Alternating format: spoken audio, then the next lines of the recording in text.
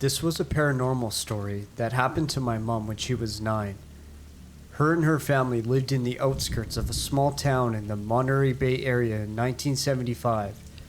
The house my mom lived in was on top of a hill with a winding road leading to it, facing a lake. There's no neighbors, and the other houses were a distance away. What my mom knew of the house was that it was built in 1927. It was an old white wooden Victorian house.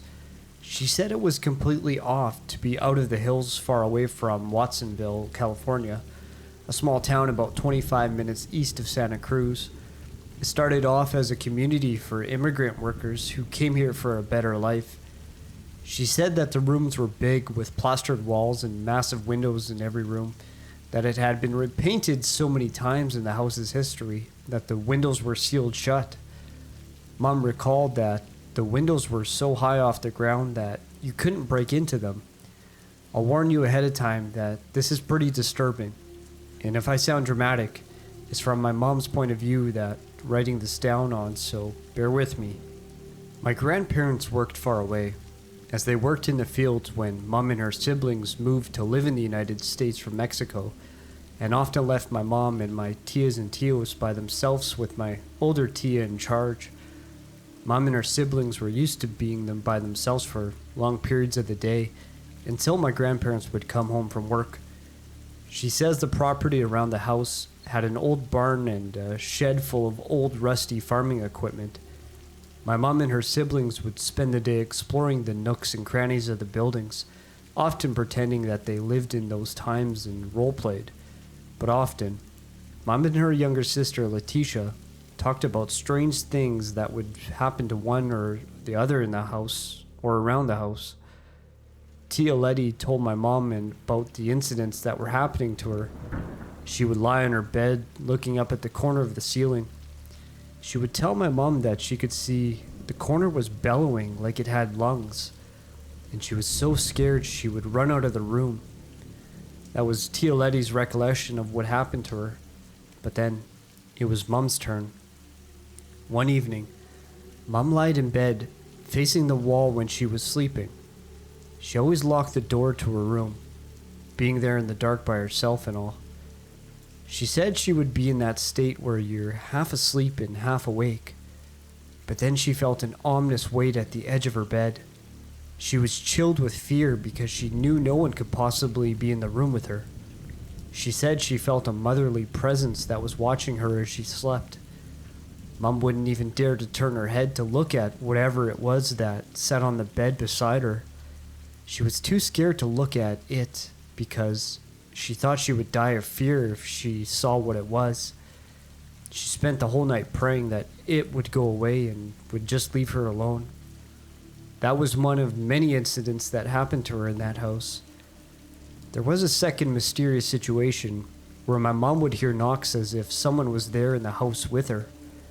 Mom would run to the door, excited when she heard the knocks at first, but no one would be there. She says it happened at random, 2 or 3 times in the day alone. She thought it was someone pulling a prank, but it dawned on her that she had no neighbors for miles around. That's when she became scared. Eventually it stopped, but it stayed in there. Mom was becoming increasingly frightened because nothing would add up. She said she remembered that when the door knock stopped, there would be soft tapping between the walls. In the beginning, she thought she was hearing things and she didn't pay no mind to it. But she constantly kept hearing those soft taps from inside the house, day or night. Mom didn't want to tell anybody because they would discount it and would believe that it was just her imagination and was working overdrive. Her mind was slowly becoming fearful to what it could be. So, one night, my grandparents left to go food shopping in another town, and Mom decided to stay by herself because she thought it was boring. But she completely forgot of all the things that were happening in that house. So, later on, Mom was sitting in the living room because they had left early and she was thinking in her mind that they would come back home before dark. She was there in the living room all alone while it was completely pitch black dark outside. She said that all she heard was the frogs croaking by the creeks and the crickets chirping. Mom said she was getting a feeling that she was being watched through the windows, but the windows were so high for someone to look through. At that point, she was running around the house like a headless chicken, full of panic and fright for her bad decision that she regrets to this day of staying all alone. Like if it couldn't get worse for my poor mom. The tappings came back, but louder. Mom was thinking that she was becoming insane or that fear was grabbing a hold of her head. So she decided to confront whatever it was that was doing that. She started following the noise where the tappings were coming from. It was towards the very back end of the house, near the back door. As she inched closer and closer and closer, she put her ear against an inner wall of a small dark closet near the back door where the knocks were coming from outside. And what she told me next gave me goosebumps typing this down. She said that she heard the loud wailing noise of a baby bawling and crying, as if it was trapped inside the closet. Mom didn't even bother to check this because it shook her up. Then, for a quick moment, the tappings inside the house came back, but much more louder, as if someone was banging on the door. She ran all the way into her room and locked the door when she went to get her rosary. Mom waiting for what felt like forever for her family to come back home. After that, she'd never thought about staying home alone again. After Mom was done hearing things, now she said she would finally see what it was that was doing all this ruckus to her. Yet, another dark night, in the middle of summer, Mom and her siblings were eagerly waiting for her dad to come home from work. She ran to the back door, anticipating his arrival. Mom opened the door without hesitation, and she remembers that she was completely scared of what she saw next. She says that at a distance almost close to her, she says she saw what looked to be a solid white soul shaped like a woman, floating across the backyard, going from one corner of the old barn to the other corner where an old watershed used to be standing that was demolished right after my mom moved in. It was knocked down because my grandparents were concerned that the old dilapidated shed would cave in while Mom would play there with her brothers and sisters. When the woman reached the shed, she disappeared into thin air. Mom was speechless of what she saw and ran back into the house to my abuela. She couldn't even speak to my abuela, and after a while, when the fright left my mom, she told abuela of what it was. My abuela told Mom something chilling. Since my whole family was Catholic, and they kind of believe in the supernatural, my abuela thought that the ghost was trying to contact my mom. Mom said that she didn't want to hear anything to do with the woman. Abuela said that if Mom didn't call her out, that the woman wouldn't stop trying to communicate with my mom. It's odd because it just happened to her only, and not her siblings. Abuela mentioned to my mom, "Say to her, what do you want?" Mom complied, and when she did it that night, the woman never responded to her, and all the paranormal things stopped. Now that Mom told me this, she recalled that Tia Letty researched about the house's history and freakishly found out that there were 5 children that lived in the house, just like my mom's family of 5. But if that wasn't scary enough, 4 of the 5 children's names were the exact same. Jose, Tio Jose, Anthony, Tio Anthony, Francisco, Tia Francisca, and then my mom's name, Maria. Disturbingly, one of the children was killed by a stray gunshot of a bullet built in the house that was in the 1920s. But the barn and the shed were built during the gold rush in California. I theorized that the woman thought my mom was maybe her child who had died in the house and wanted to contact her to see if she was her child. Just recently, last week we went to Watsonville for a family event, and Tia Letty told me that the house no longer stands, and it was demolished a couple of years ago. Mom told me that this would be the first and last time she'll ever tell this, as she felt scared by this, even to this day. I will never forget of what my mom had endured.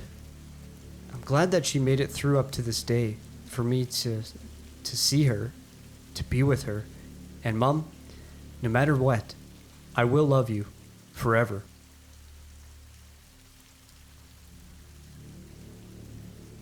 So this is a little paranormal story I had back when I was just 12 years old.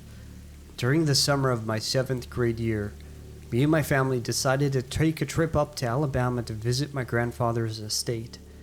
My grandfather had just recently passed away due to a massive heart attack, so, unsurprisingly, my family was very distraught.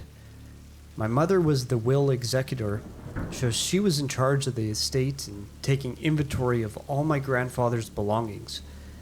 As we pull up to the house, I get an eerie feeling. To give a little perspective on the setting, I will describe the house. The house is located in a whiter rash neighborhood filled with druggies and weirdos. A couple years after the visit, the house would be broken into, and the copper from the writings in the house would be stolen.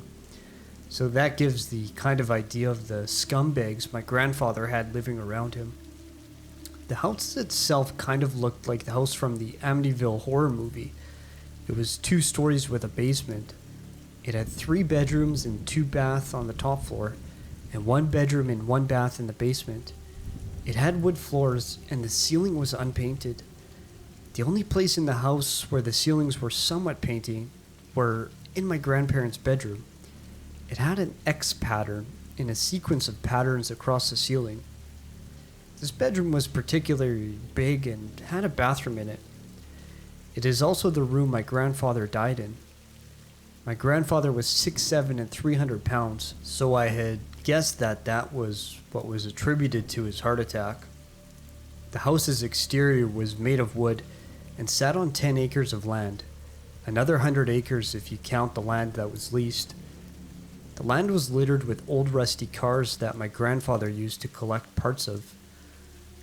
The inside of the house was rustic, and the furniture looked like it was bought from Goodwill. It smelled musty, a smell I can't really associate with too many other things. Just to be clear, I'm not knocking the house. My grandfather built the house with his bare hands, so I had a lot of respect for it. He and my grandmother had spent the first 3 years building the house, living in the basement. The basement smelled even worse than the upstairs. It smelled like old, dead air. The kind of smell you would smell at an abandoned house in the middle of the woods. It had a kitchen, a living area, and a bedroom. I liked to spend a lot of time down there snooping through the wide variety of items my grandfather had down there. From old radios to old police monitors, my grandfather had everything down there. On one particular day, my parents were outside taking inventory on the vast collection of mechanic parts, and I was snooping around in the basement. As I was down there, I started to hear noises above my head. It sounded like footsteps coming from my grandparents' bedroom. I figured it was one of my parents in there about to get something. I shrugged it off and continued with my snooping. The sounds never went away though. It sounded like a crescendo, starting out soft and gradually getting louder, and then starting all over again. It sounded as if there was walking back and forth. I decided to go up and investigate the noise, but no one was up there. I was creeped out to say the least, so I joined my parents outside where I stayed for the rest of the day. Fast forward to night time and I was back in the house. I was forced to sleep in my grandparents' bedroom, despite my protest. Luckily, I was sharing the room and the bed with my grandmother, who happened to join my parents on the trip. My parents would sleep across the hall. Me and my mom got in some sort of argument, and I was forced to go to bed early. I was in this creepy bedroom alone, while my grandmother was right outside the bedroom in the living room. She was watching TV. Despite the noise coming from the TV outside the bedroom was extremely quiet. It seemed to take on an aura of its own. The bed faces the door going out to the living room, and the bathroom door sat on the right side of the bed. So here I was in this creepy bedroom, laying on my back in bed. As I was laying there, I began thinking about the footsteps that I had heard earlier in the day. I didn't like it in that bedroom. The air inside that room seemed suffocating. As I was laying in the bed, I heard a noise inside the bathroom. I lay there motionless, with my head turned towards the bathroom. My eyes were locked on that closed door. The bathroom wasn't big at all. It was like the size of a storage closet. I will never forget the noise that I was hearing from that bathroom. It sounded like a gargling sound. It sounded like a choking gargling sound. I can't really explain how scared I was. I just lay there, paralyzed with fear. Several seconds went by, although it felt like hours, before the sound quit. It fell silent again, even more silent than before. I was still too scared to move.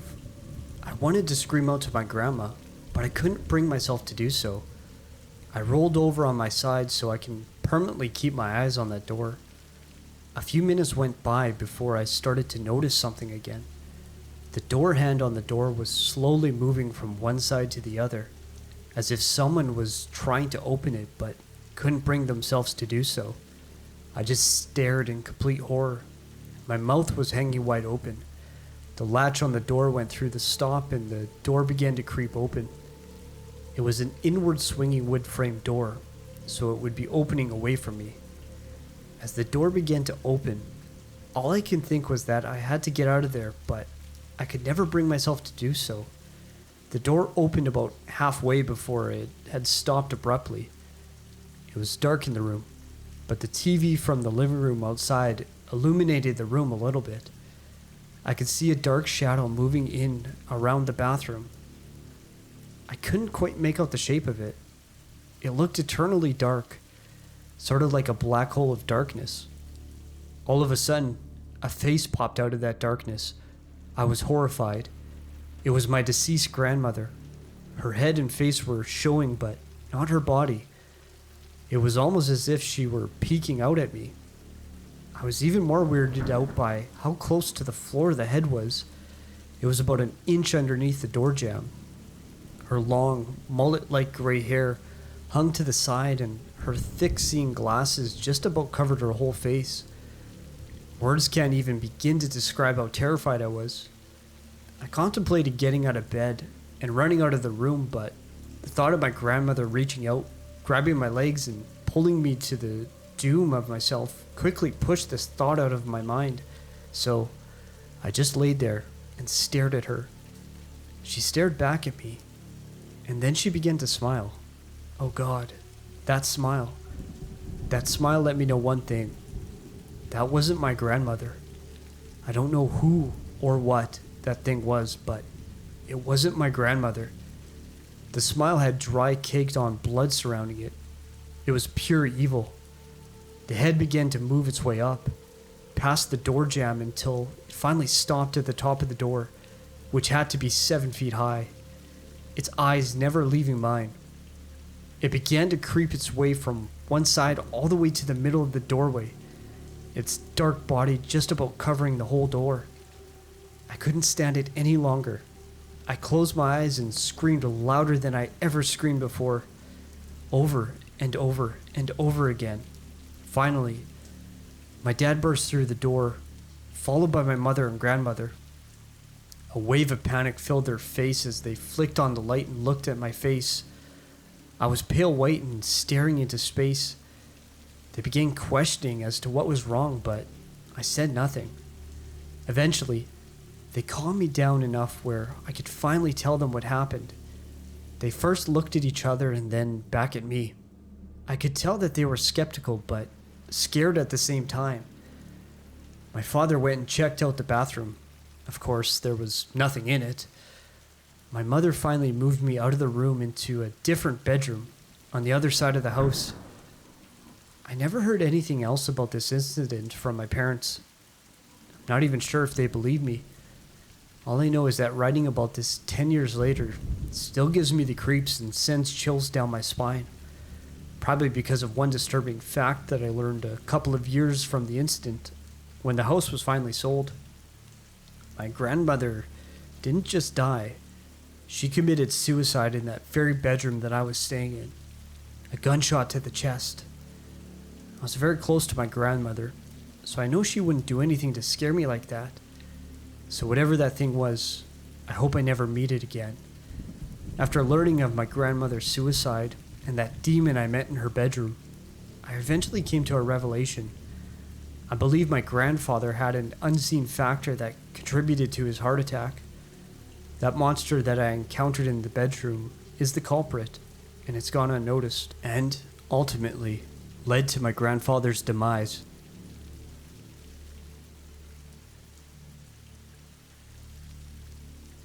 The story was shared with me by my mom and aunt while we were talking about paranormal experiences we've had. Also, the story really happened and was reported by the local news stations in the 1970s. My aunt still has the newspaper clipping of this story because my family still knows the family that this happened to. Out of respect to that bond, I will be using fake names to protect the survivors from having to relive this horrific incident. Anyway, my mom and her siblings grew up in a very strict Southern Baptist home. My grandparents had rules in place that would have drawn any sane person into the depths of depravity, despite the fact that my grandpa had another family across town. A story for a different time. As I was saying, my mom had a strict upbringing, so she and my aunt, her closest sister of the bunch, would sneak out of the house sometimes when my grandparents weren't paying attention or were asleep. They shared a room, so they'd go to their room and climb out of the window. During one of the excursions, at the time my mom was 17 and my aunt was 15, they had two friends that were less than savory they had known from elementary to high school. One of the friends was Brandy, the other was Lisa. A little background on these two. Brandy was also from a very strict home, so at the tender age of 16, she decided to leave her parents' home, drop out of school, and move in with a well-known neighborhood pimp against her parents' wishes. She started using drugs and prostituting after this relationship began. Unlike Brandy, however, Lisa was basically an orphan.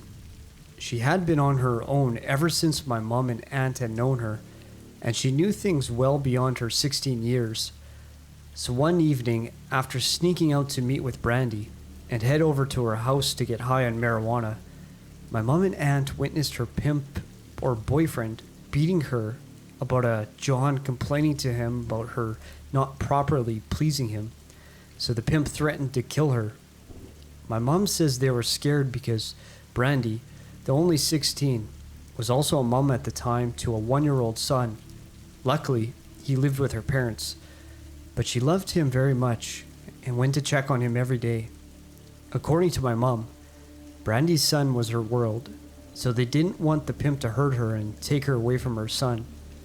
This account is important to the story, by the way. It wasn't the first time that they'd seen him hit her, but they never saw him this enraged. Lisa finally arrived to Brandy's house, and they all proceeded to get high. Lisa then tells Brandy that she fears for her safety and that she should consider leaving her pimp, but Brandy seemed unfazed and said he was just having a bad day.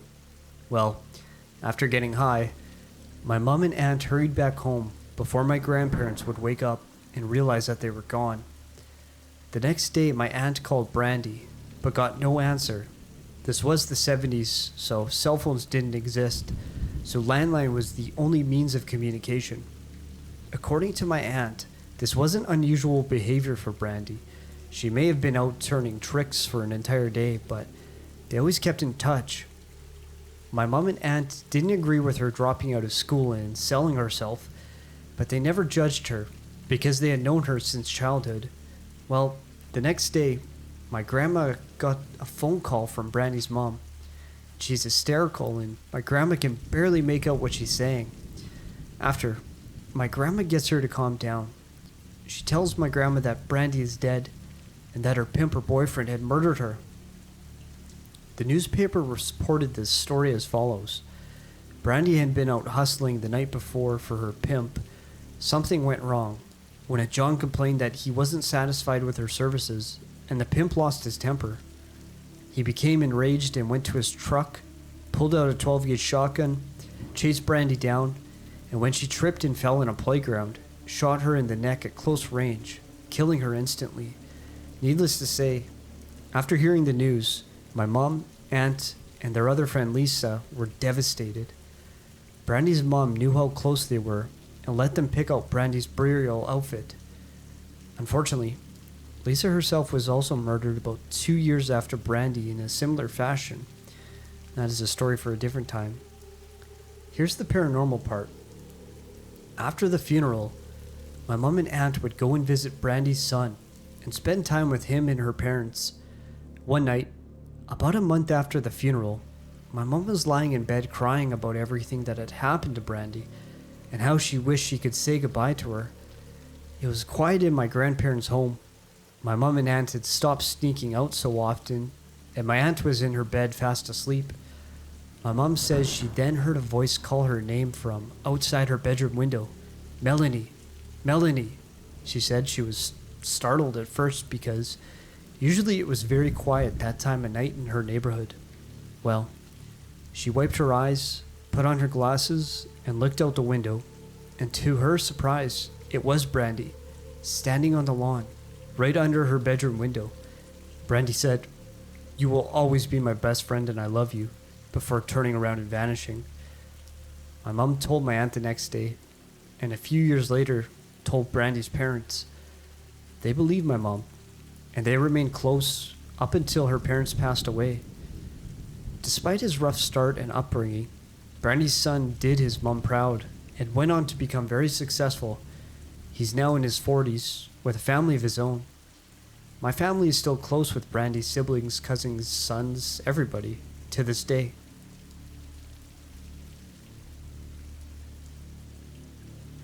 So I've had a long history with the paranormal. It started very young, and as I grew older, I started hunting for them. I decided to submit the long tale of how I got brought into this craziness.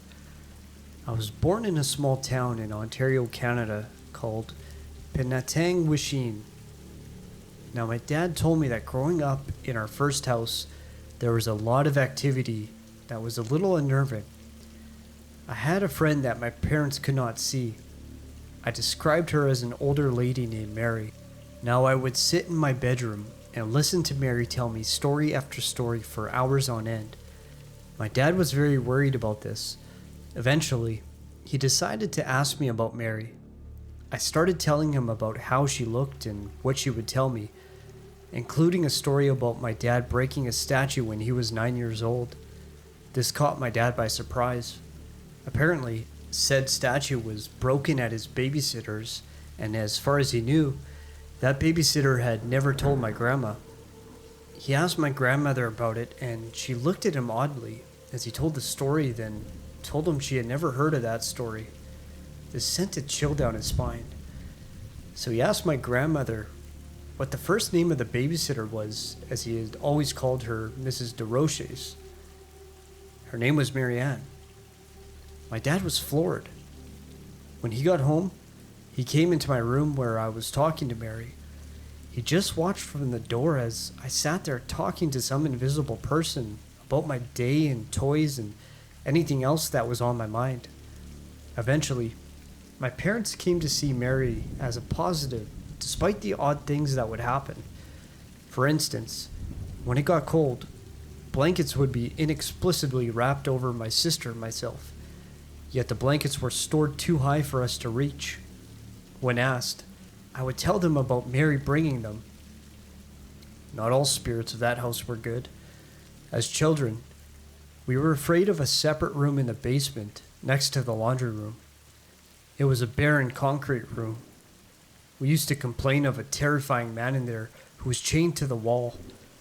As I grew older, I felt it was silly to be afraid of this man. Mary was long gone from my mind, and I would pass through the room with no issues, until one day when I was home with the chicken pox. My grandmother was watching me. I was about 8 at the time. I was helping my grandmother with laundry when she had to bring up a basket of clean laundry. I knew how to work the washer and dryer and how to switch the clothes, so I did that while she ran up. I was almost done when I heard something weird from the next room, the Baron room. I stopped and listened for it again. A few minutes went by and nothing happened, so I finished and went to turn on the dryer. It's when I heard it again. It sounded like a chain being dropped. I stood in silence as I heard it again, then a metal dragging sound after. I then made a very poor decision. I began walking towards the room. As I stepped inside the room, all the sounds had stopped. I saw nothing in the room. I stood there for several minutes just glancing around. Nothing stirred. I turned to leave when, standing right there in the doorway, was a tall, thin man, dirty and torn clothes draped on him. Around his leg was a rusty, long chain. I was frozen. He walked oddly. I could see the skin over his thin limbs stretched like elastic as he shambled towards me. This is where I fell over and covered up. I let out a blood-curdling scream until I felt hands on me. I started to scramble and fight back until I heard my grandmother's voice. "What is it? What's wrong?" I opened my eyes and realized my grandmother was holding me. My heart was racing and I blurted out the whole story. She just looked at me worryingly and brought me upstairs. We moved a few months later. I never set foot in that basement again. In my teenage years, I did some research and found out that the people who owned our house before had a son with a mental disorder of some sort. They abused and tortured the poor kid and chained him to the basement. His existence was not known until after his parents had passed and they found him chained in that basement. He had starved to death. The thought of that sends chills through me to this day.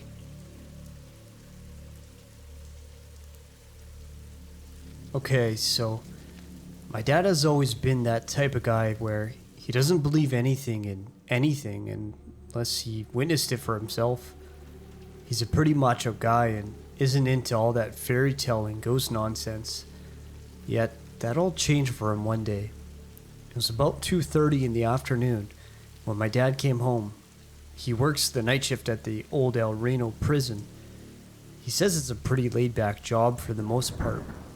He'll usually drive around the prison in one of the guard trucks or keeps watch in the towers. But one night, he was sent to do a sweep at the chapel, as to make sure no one was in there who wasn't supposed to be. His boss, let's call him Jack, told him to come back and check in with him after he had done so. My dad walked through the yard out to the chapel, and as soon as he walked in, he said he left. Just a wave of nervousness come over him. He flicked on the old lights and walked in and began to check all around the room. After about a couple minutes, he said a man, dressed in the same uniform as him, walked out from the little office in the back. My dad asked the man if he was already doing this sweep of the chapel, and the man replied, "Yes, I'll take it from here." So, confused as to why he was sent out there to check the chapel, my dad just gave a little, "Oh, okay, I'll let Jack know." My dad returned to his boss about 15 minutes after he had sent him. Jack looked at him and said, "How did you get done so fast? You couldn't possibly have checked that whole place in such a short amount of time. Another guard's already in there, and he'd check it," my dad said. I guess Jack didn't think anything of it. As long as the chapel was checked, everything was fine with him. Well, this is where it gets creepy. About 3 days after, my dad said he was walking down the halls of the prison and stopped to look at a display case of all the old photos of other guards in the past. As he was browsing the photos, he says his heart sank and his blood had froze. One of the pictures he came across was the very same guard he had encountered in the chapel. Only this guard was dead. Apparently about 4 years before my dad started working there, a riot had broken out in the chapel and a guard was stabbed to death. And that guard was the same man my dad had seen in the old chapel. But out of the 12 years of working there, not once had he ever heard about the riot, until now. I don't know if they just don't talk about it, scared it might run off on some of the newbies, or if it's just something a lot of them had forgotten about. All I can say is, My dad is now a firm believer in the paranormal. Not once has he ever gone back into that creepy chapel.